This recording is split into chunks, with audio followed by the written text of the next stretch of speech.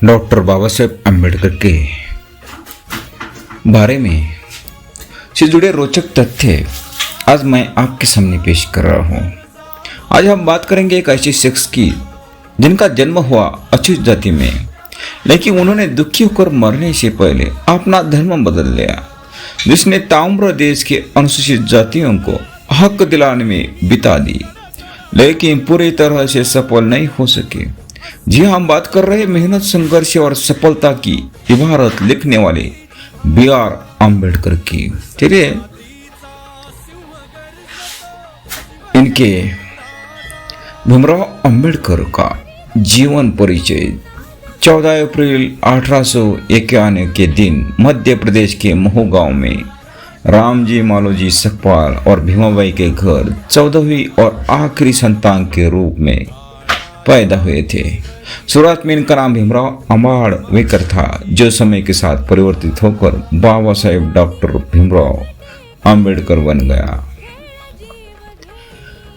B.R. Bhimrao Ambedkar करीब 9 भाषाओं के ज्ञात थे। उन्होंने 21 साल तक सभी धर्मों का ज्ञान लिया था।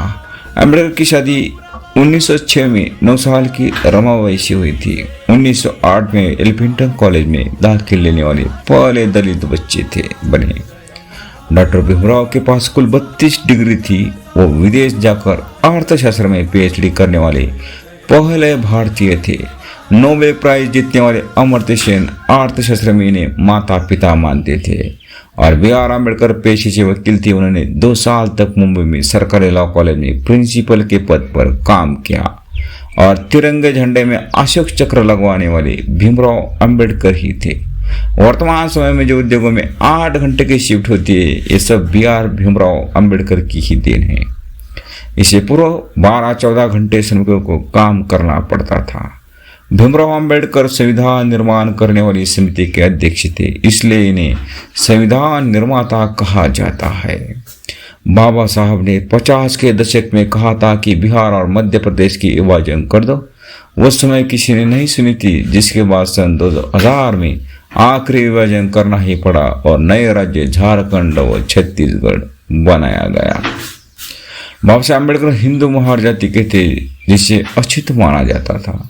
जब अम्बेडकर को लगने लगा कि हिंदू धर्म से जाति प्रथा दूर नहीं कर सकता, तो उन्होंने गुस्से में एक बात कर डाली, मैं हिंदू पैदा हुआ था लेकिन हिंदू मरूंगा नहीं। और वही हुआ। भीमराव अम्बेडकर ने हिंदू धर्म छोड़ते समय 22 वर्ष भरे थे। उन्होंने कहा था, मैं राम और कृष्ण जो भगवान के अवतार माने जाते हैं, उनकी कभी पूजा नहीं करूंगा।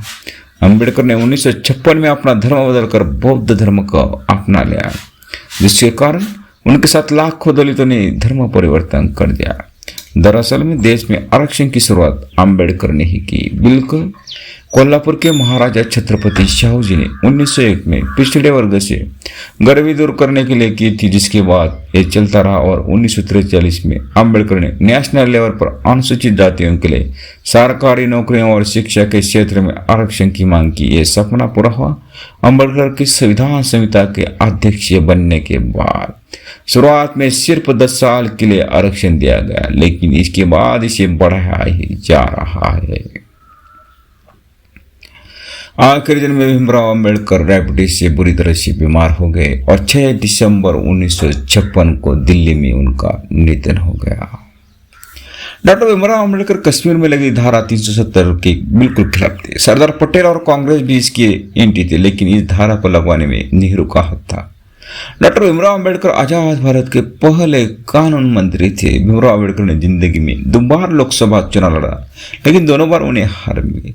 डॉक्टर भीमराव अम्बेडकर ही एकमात्र भारतीय जिनकी पोर्ट्रेट लंदन संग्रहालय में कार्ल मार्क्स के साथ लगी हुई है। मौत के 34 साल बाद 1990 में अम्बेडकर को भारत का सबसे बड़ा पुरस्कार भारत रत्न दिया गया। ऐसे है डॉक्टर भीमराव अम्बेडकर।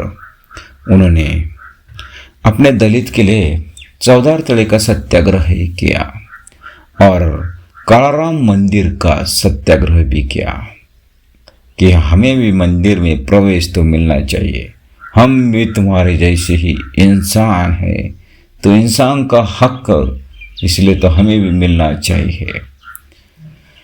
और सार्वजनिक जगहों पे फिरने और घूमने का भी हमें भी अधिकार चाहिए। हम भी उस मालिक के बंदे हैं। इसलिए उन्होंने अपना पूरा जीवन इस दलित समाज को दिया और उनको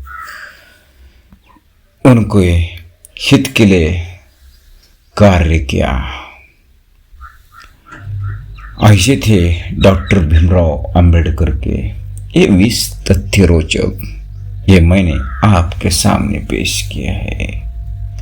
इसी से डॉक्टर BR अंबेडकर की योग्यता और उन्होंने किया हुआ संघर्ष पता चलता है कि कैसे थे डॉक्टर BR अंबेडकर।